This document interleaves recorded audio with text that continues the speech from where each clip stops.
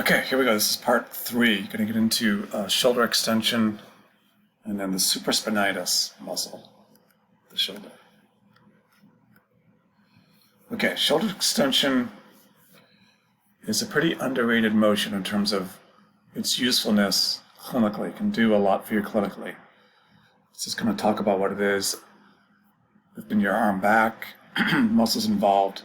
We talked about the posterior deltoid, triceps, teres major, which, as you know from your cadaver lab, if you remember from your cadaver lab, teres major is an underrated muscle. It's very, very big, very developed in a lot of people, and it helps with this shoulder extension.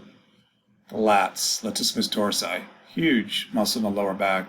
It attaches to the posterior part of the humerus. Also plays a big role with shoulder extension.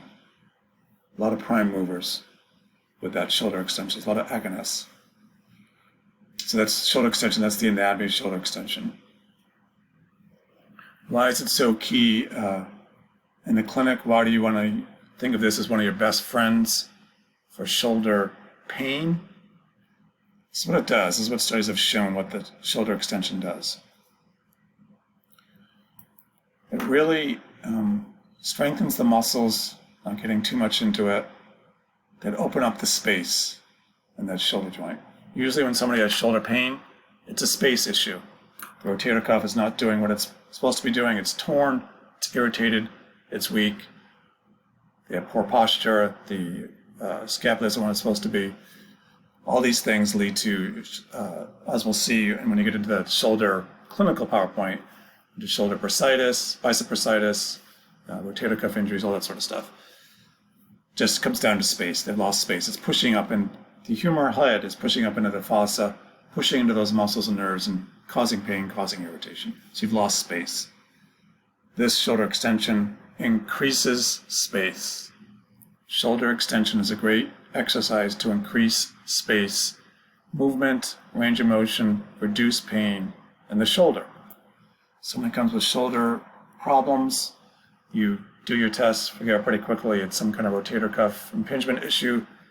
What do? Do this. Can't lose with this. Have them on their stomach, just lifting their arm up, extending their shoulder, and work towards weights. If you put your hand on the anterior part of your shoulder, right underneath the acromion, and you extend your shoulder, extend it all the way back, can you feel space opening up? I can. It's pretty obvious what this does. It's increasing that space in the glenohumeral joint. It's a really, really good thing. There's latissimus dorsi, helps with the shoulder extension. Teres major, gets into how to get at it. We'll get into those in the lab. Triceps, familiar with that. Shoulder horizontal ab and adduction coming across the body. When we're coming towards midline, pec major, anterior deltoid, do a lot of that work. Then we're coming back the other way, it's the posterior deltoid.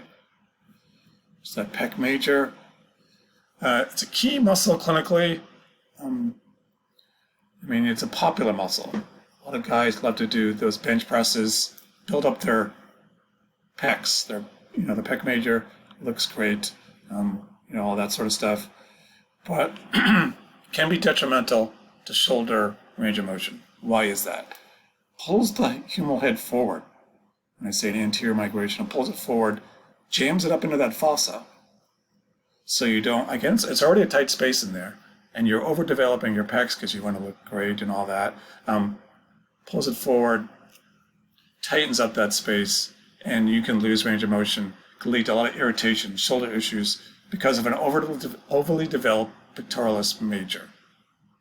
So especially once you get older and you're not so, mobile and the joints aren't so elastic, you lose some of that elasticity. That forward migration from an overdeveloped pec major lead to all kinds of shoulder problems. Impacts the space and flow, basically. So keep that in mind when you're doing those bench presses. Looks great, can cause shoulder problems. So when we're thinking about rehabbing, we want to avoid this kind of motions and exercises because it's going to decrease the space, cause more problems. This pec major, getting at that. shoulder abduction, coming up to the side. Supraspinatus, this muscle on the top here along with the middle deltoid, they do all the work. They lift that arm up and lift it to the side. Somebody has a rotator cuff tear, they've had surgery, irritation, 9 times out of 10, it's this muscle here. And we'll look at why that is in a second. Usually it's around 90 degrees of abduction. They're right about here. So, oh, it really hurts. It's catching and pinching on it as it slides into the bone there.